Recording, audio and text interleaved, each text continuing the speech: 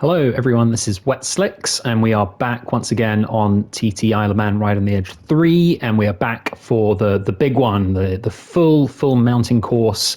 This is a course steeped in so much history that has some amazing, very famous corners, sections, fast straights and really tight bends, and every single corner here has so much history behind it.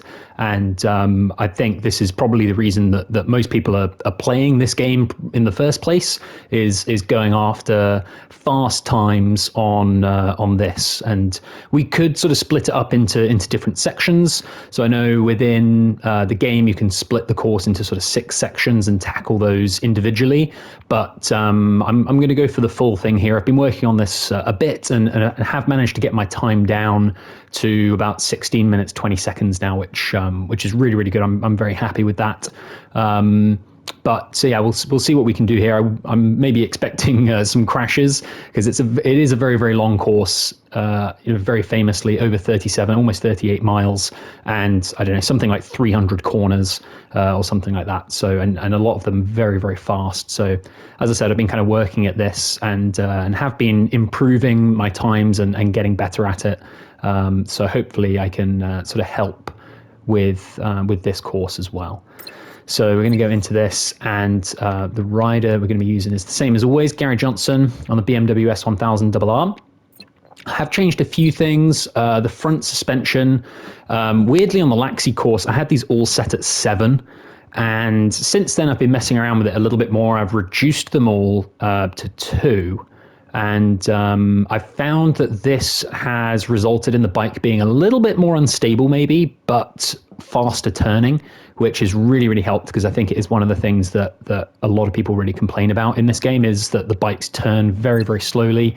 Transmission, we've bumped 6th gear all the way to -4, which is going to increase our top speed as well on some of the really long straights. We'll get into this now. Just a reminder as well, I'm doing this on intermediate settings rather than realistic. So realistic, you definitely have to be a lot more careful and sort of back off a little bit more on some of these corners. But we are away down the hill, straight up to 6th gear, along Glen Road, and then down Bray Hill. And you're just sort of trying to line this up so you can accelerate all the way through there. Definitely takes a bit of practice, but once you sort of get it, it's very doable. And back down to 5th, around this sort of little left-hander, bike wheelies a little bit, and then lots and lots of brake. 1st gear down to Bridge, and just try and keep it nice and smooth through there, and then back up the gears up to 5th. We're looking for the last lamppost there on the left, sort of a blue one, and then round Braddon Bridge. 1st gear again, just trying to keep it smooth, and keep accelerating.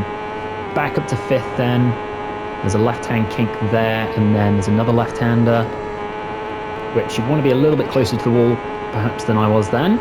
And then braking back down to 3rd, and then 2nd. And then again, just trying to accelerate around all of that, staying nice and close to the wall there, and then back up to 6th gear, coming up the hill. And this whole part here is nice and fast up the hill, and then down this bit, coming up to one of the most famous corners on the circuit, Glen or Balagary. We've gone a bit too wide there, but somehow made it work. Back up to 6th, and we're looking for the red posts on the right. These ones as sort of just a point to back off and turn in. You can stay in 6th there, you don't really need any brake. And then up the hill, coming up to Crosby Jump.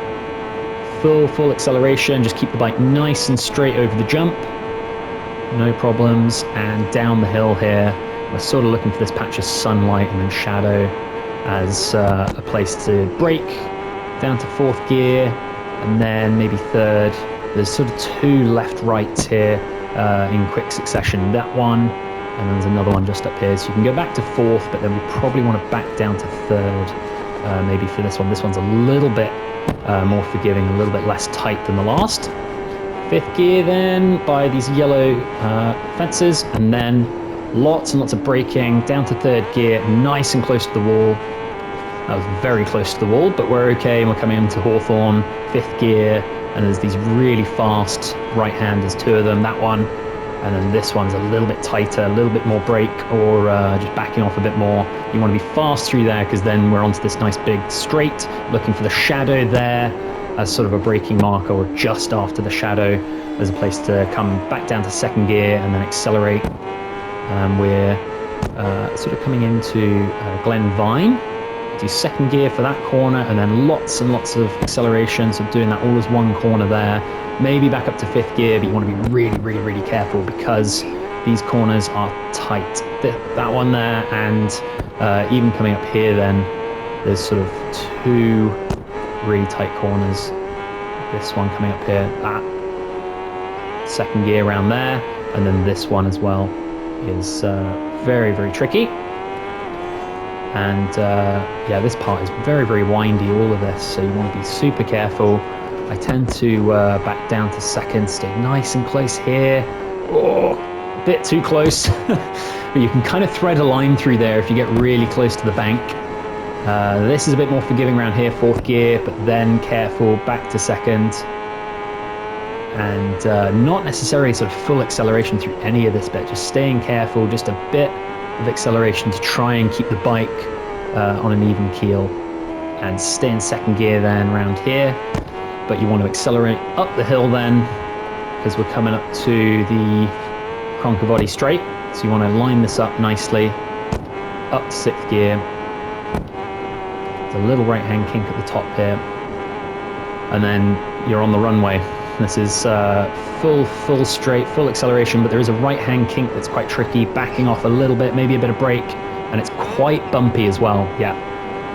And then I back off down to fifth by these trees, and then even sort of a lot of brake here in third gear, just trying to flick the bike round to the left, which is trickier than it looks. Fourth gear then through there, maybe even fifth, but I'm going to back down to fourth, or even third actually for this next, there's another left-right here by the wall. Nice and close to the wall if you can. Fourth gear then around this left-hander. There's lots of these sort of fourth gear left-handers that are really fast. There's another one. Fifth gear then round here. Maybe even getting up to sixth, but I'm probably going to leave it in fifth this time. Maybe fourth gear again, gets a bit tighter around this part. That left-hander there, yeah, is much, much tighter, and we're getting into the bottom of Barragaro, which, oh, we're just about done in fifth. I know a lot of people back down to fourth there, and we picked up a penalty, and kind of missed the braking marker here. Back to third gear, and you can, oh, third gear, sorry, and yeah, just sort of trying to accelerate around that whole bit. You can actually gain a lot of speed there if you can keep accelerating around. Back to sixth gear, and then we're coming into Kirkmichael, brakes, and third gear around this bit. And yeah, you want to try and do this bit really fast, but it does get quite windy, especially as you're coming out of Kirkmichael. So, and I'm not the best at this section, I wouldn't say. A lot of like trying to flick the bike left and then right and then left again. Up here, I'm going to back down to third. And this bit is a bit more windy, and then you've got this nice jump. Oh, which we've just missed the wall. And you come into a very, very, very quick section here then, which I'm going to go back into sixth gear, maybe back down to fifth. Oh, again, just missing the pavement. Hopefully that doesn't give us a penalty too. A lot of this is sort of fifth gear, and then we're going to back it down to fourth just for this right-hander. And this part stays very, very fast. And then we're coming up to Bala Bridge. Again, another very famous bit. We're looking for these signs, those sort of signs with the red glowing lights. Nice and straight over the bridge. Second gear. And then getting very, very fast again. Very, very quick section through here by the trees. So get up to sixth gear, but then probably backing down to fifth and just a touch of brakes, and then you're onto quite a long straight here actually, a bit of jump there. And it's quite dark, it's quite tricky to actually even see here, but we're looking for this house to back down to fourth gear.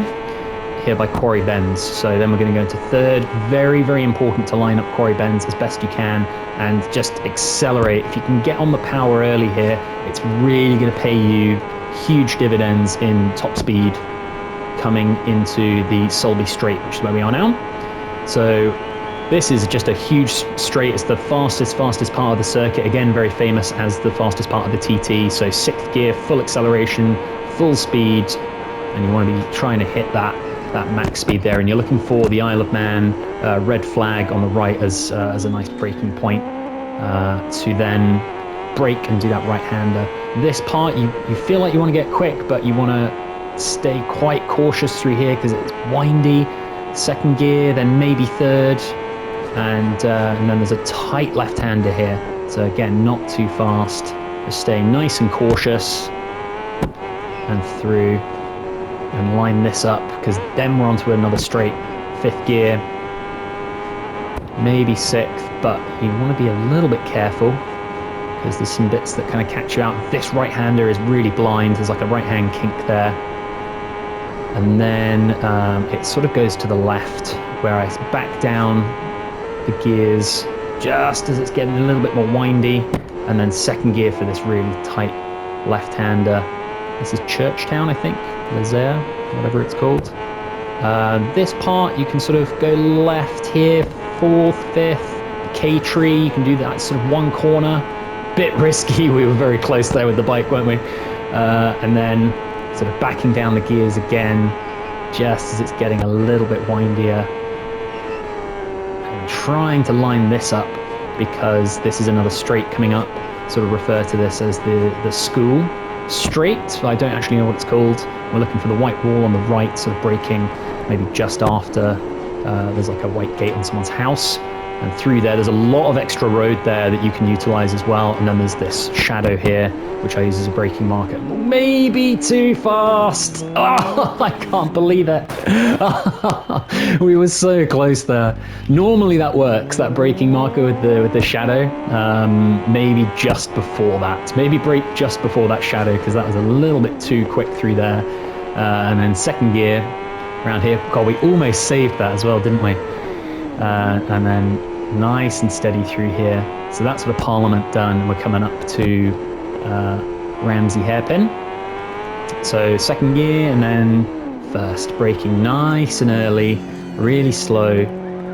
I have this bit of a saying, it's slow is smooth and smooth is fast. So lots of these sort of slow sections, you just want to be smooth, slow and smooth, and that means that you're as fast as you can. I've been doing this in 1st, but actually now I tend to just go slow and do it in 2nd. That quite tricky corner. And then these parts, a lot of like left-rights coming up to the gooseneck. You just want to sort of try and thread through and just keep the acceleration going like that. And then braking nice and early for the gooseneck. Coming into the mountain now. And there's 2 left-handers here that you kind of want to do in 4th. Gear, I've been a bit too tight there, should have gone a bit wider to come in. 4th gear, 5th, maybe back to 4th for this right-hander here. Fast, you want to try and take that corner fast, because then you're going up the hill. 5th gear, maybe back to 4th then for this left-hander. You can kind of take as 1, and then lots of brake here by the memorial down to 2nd gear. And accelerating through. 3rd gear then for this long left-hander. I feel like I'm losing the grip with the bike a little bit. 4th gear. We mucked up the wall. So you want to get really close to that wall and line that up. I tend to do it in 4th gear and just a touch of brake. It's a really important corner to get right, so that you're then coming into the mountain mile going really, really fast, because this is one of the longest. It's not really a straight because it doesn't go straight, but it's one of the longest sections where you're in 6th gear and you reach almost top speed. So we're going through this bit looking for the white wall. There it is, back down to 5th gear and accelerating around this bit, and then probably brake back down to 3rd, and again another really important corner to line up, and you can do that all as one corner, which is really, really nice when you get it. 5th gear for this next part. and sort of 2 right-handers, that one, and then this one as well. Really important to line up. It's nice to do those in 5th, and then maybe back to 4th. Oh, bit of wobble on the bike for this bit, and through 5th gear again. There's this long right-hander, which I've kind of mucked up, but there's some extra road there that you can utilize. I do tend to find once you've had one crash, it tends to equal more crashes. So I apologize for those, but you get the idea. You can go around there in 5th, and it's important because this section's very, very fast, and then lots of brake here, back down to 3rd, and through then 4th gear. You can go back, you can get to 5th, but this section then by the bungalow, you want to do 2nd gear and try and line up so that you can then go through accelerating up, back up to 5th gear, maybe even 6th for this part. And then it comes up to another sort of quite windy bit. So you do want to be careful about gaining too much speed. Here, Brandywell. 2nd or 3rd gear around here. Yeah, I think it's probably 2nd. Done that a bit too fast maybe. Up to 5th, but then there's a lot of these like left-handers that you kind of want to go around in 3rd and accelerate through. 4th, 5th, there's a sign there that you then use to go sort of back to 3rd gear and round. Use all the road there that you can to accelerate around that one. And then this is another very, very fast section. Yeah, 6th gear and then accelerating all the way around. And then maybe 3rd gear again if we go around here. Again, lots of road there that you can utilize to go around that quite fast. And then this is sort of the exit of the mountain here, Keppel Gate. 2nd gear around there, and then down this very nice straight. 4th gear, but slow, and keep it really tight to the corner there. And then back up to 6th. And we're looking for a bit in the road there, just before the sign, to brake really, really hard. 2nd gear, and round. Oh, again, mucked it up. This is a very, very famous part of the circuit as well. So I go 2nd gear around there, which I really, really should have done right. I wasn't really paying attention. Another really fast bit down here, really fast straight that we're going to go down. And we're looking for this tree and sign as a place to sort of brake and go down to 5th. And just sort of staying off the gas until you know you've got the grip. And then 6th gear, we're looking for the bridge down here. Stay on the right because the left is really bumpy. And then at the bridge here, braking.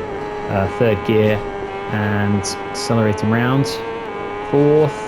You can maybe even get into 5th, but then you want to go back down to 3rd for this left-hander that you can just keep accelerating around all the way, and then take this corner very, very, very seriously because it is so tight. So you want to be really careful there. Signpost, that is really, really tricky.